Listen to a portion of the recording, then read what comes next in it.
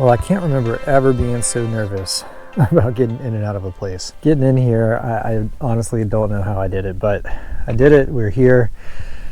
This is insane though. I've never seen Hopedale this devoid of water. Now I can see some activity up there. That's what we're heading to. It looks like it's mostly in the middle of the little bayou. Yeah, there's a lot of activity there, so hopefully that's going to mean some fish.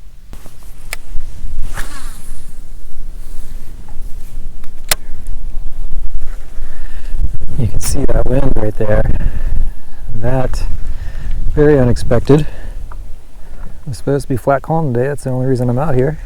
Could be eating black-eyed peas and a roast. But with that gust of wind, let's go ahead and do the weather. Air temps, probably in the mid-50s by now. It got down into the 30s overnight. We've got a full moon, which is why the tide is so extreme. We've got the full moon low tide combined with a persistent north wind that we've had for a few days now. That wind that you just saw come through though came out of the south, and that's what's supposed to change about today. So what we've got now is a rising tide. This low tide has bottomed out, thankfully, and we're fishing here because the tide cycle is earlier on this side of the MRGO than it is where I normally fish, and so the rising tide should get into here a little bit quicker than the Biloxi Marsh.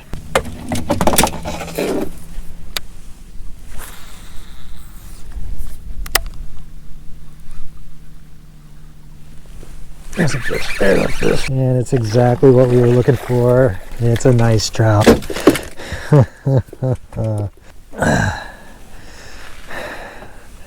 That's how we open up our account today. Nice speck, not keeping any today. As long as I have fish in the freezer, I'm not going to keep any. But I knew it was only a matter of time in this bayou, and it was not really a coincidence that we found them right where the water got a little deeper. I mean, right now the fish don't have much of a choice. They've got to go to deep water because, I mean, everything is just so blown out. You can see the tide is probably, I mean, about 3 feet lower than average. Crazy low tide today. Now, there are some monster trout in this water. I know for sure because I've caught them here.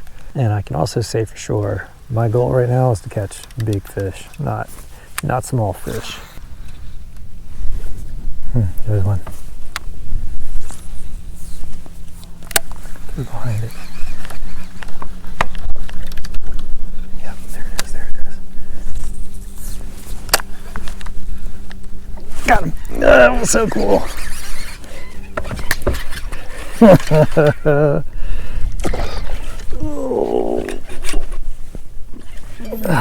Sight fishing in January. Come the hell on.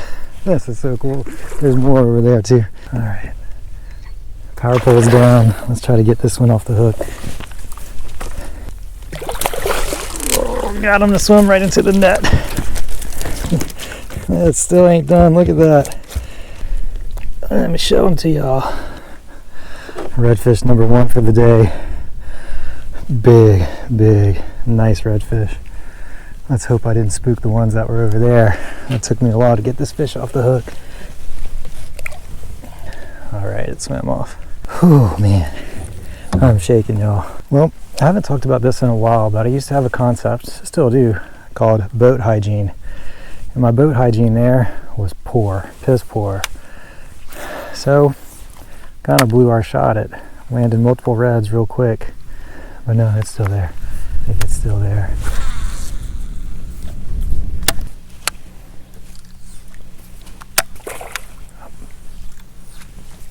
This might be a red right here. Oh man.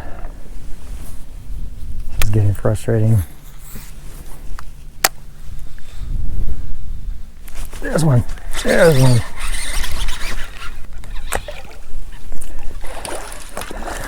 All right, red number 2. There's still more in there. This one would keep. I'm not keeping any, of course, but this would have been a keeper. Oh man, we're already at the end of this bayou. We moved fast. All right, we've been fishing for maybe 20 minutes, 2 reds and a trout. Whew. There are definitely more.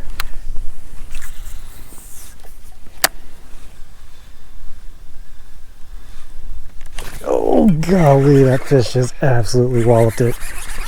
This is a tank too. Oh God. This is a huge redfish. How was it in this skinny water, y'all? My goodness. Well, this bayou, I used to know it as my trout bayou. It is now my redfish bayou for sure. I just got to let this one wear itself out. Luckily, I cleaned this reel. This is the one that fell in the water in the last episode. I cleaned it yesterday, re-lubed it, tied a new leader on, so we should be good to go. Oh, this is the way to bring in the new year. Oh, and he swallowed it too. Golly. Oh, I thought I had it. What a nice redfish, you guys. Got it. Well, this is my biggest in a while. Oh. This is a 28-inch redfish, you guys. Happy New Year. Let's go. And let's let this one go. How was that fish in this water?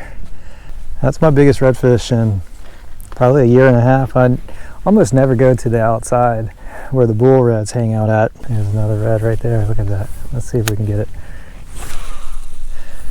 Oh, that wasn't a very good cast. Just need one more and we've got our limit. I think we've been fishing this bayou for maybe 30 minutes. All right, got some fresh plastic. I'm gonna fan cast around here because there's been some activity and normally I find fish here. So yeah, you can actually see with that seagull hovering over that water, a lot of bait jumped. So that's probably why that bull red was here. We're gonna go as far as we can go until it gets too shallow and then work our way back out.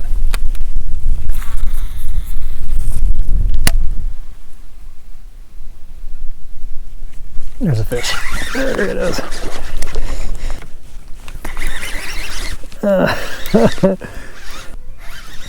Well, I knew there'd be fish there. And sure enough, after this I'm going to have to retie my loop knot. It had a tiny fray when I was getting that bull red off. Golly, look, I mean, these are big redfish, y'all.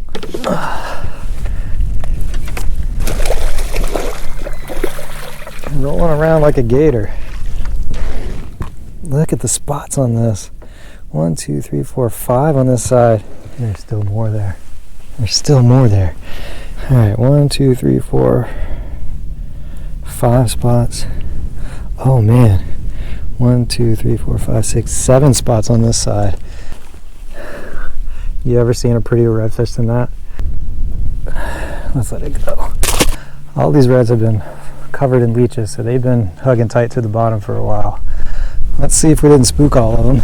It took me a while trying to get a picture of the 7 spots. Definitely the most spotted redfish I've ever caught. Yeah, catching that one makes me want to just go start walking. I'll fan cast here first. I highly doubt that was the only one, but I wasn't paying attention while getting it off the hook to see if we spooked any or not. So you can see here now that I have the power pole down, which way the current's going. It is rising, which is good. I almost didn't make it in here, and it's going to be even harder to get out. That was a pretty quick limit of reds. I said I would retie my knot, and I didn't. Let's see if, oh, I just spooked one. I think my line touched it.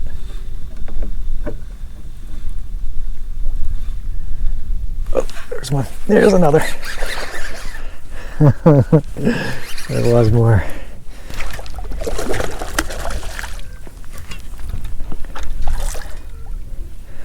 I need to start tagging these again. I wonder how many of these I've caught before.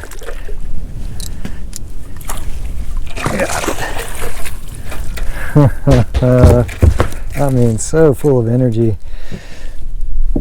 Gonna have to use the pliers on this one too. I mean, they're swallowing it. They're completely fooled. From 7 spots to just 1. Another awesome redfish. Let's let it go. Okay. Well, we've definitely got our limit now. more than our limit. See if we can get a 2-man limit. Now, I really am tempted to walk these banks and just go see what's over there. All right, well, after that last red, decided to get a little weird, I guess. Weird for the channel, that is. You might be able to see. Looks like I got stuck. I did not. I tried to walk the bank and learned after the first step that these boots are not tall enough to walk the mud here. I also tried a bunch of different lures and weights and nothing doing, just nothing at all, not even a sniff. So we are back to the H&H Kakaho, but why this color? I really don't know. I think it's just this color combo. It's mostly black, so you have this really sharp silhouette in all watercolors, but it's got that iridescent belly too, and that just makes it look a little bit more natural. And lots of grass right there, and it's alive. So I mean, that's one big reason why this bayou is full of fish.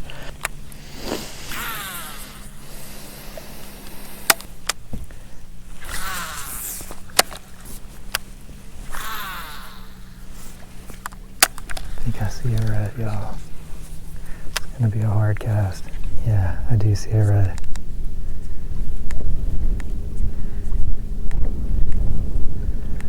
Let's wait for this wind to die down. Got him!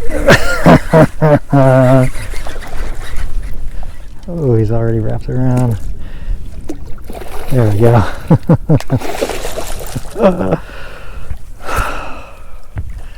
Doesn't get any better than this. Sight fishing reds in January. My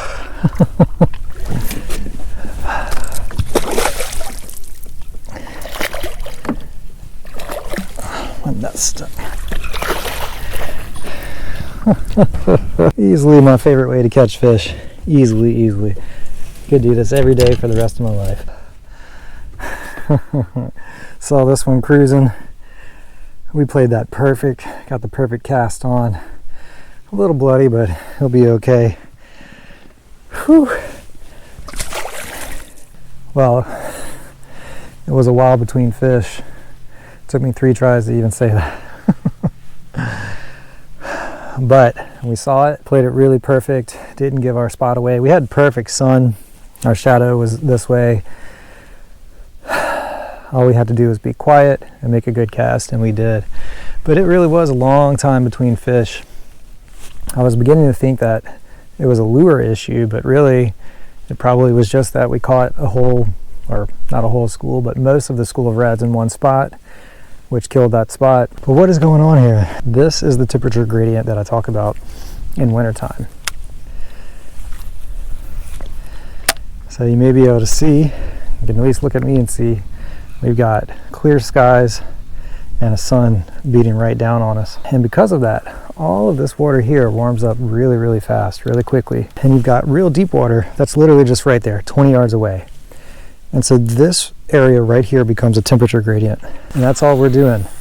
So 2 things happen to the fish.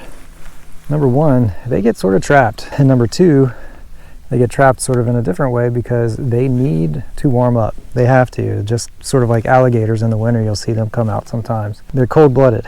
They have to warm up to be able to eat, and they have to eat. Just because they're too cold to eat doesn't mean that they're not burning energy.